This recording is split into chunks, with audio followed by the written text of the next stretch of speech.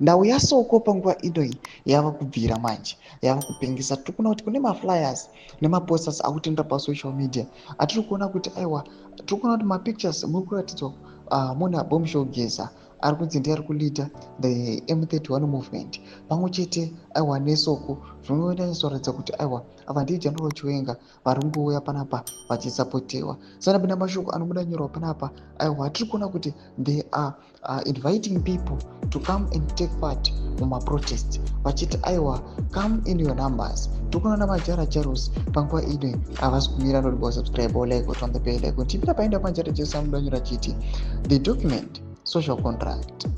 Let us all join the multitudes of Zimbabweans on the 31st of March 2025 as we help to define our destiny and the Zimbabwe we want. This is not mandatory. Those who believe Mnangagwa Coast conduct, particularly on corruption and cronyism, is fine. Stay at home. Tomasvika kubuda nyorwa panapa, toona majara-jaros is now challenging maZimbabweans achiti wese hake watiri kuona achangogara ake ari kumba kwake asingauya achiteka part maprotest. Aiwa tautongoziva kuti ari kutongoti corruption inoitika munyika necronyism ndese zviri kuitika. Aiwa it's fine, we are okay with it.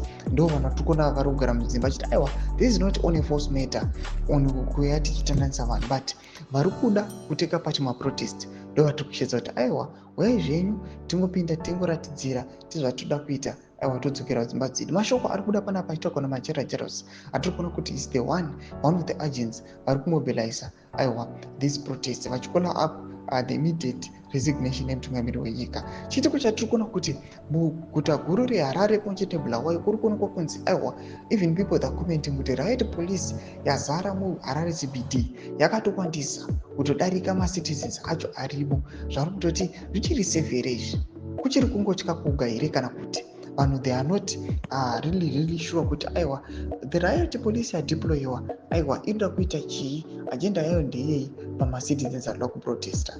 Tudze mafukuro enyu muri kudii pamusoro pechitiko ichi? Pinda comment section medu, musana subscribe or like, turn on the bell icon.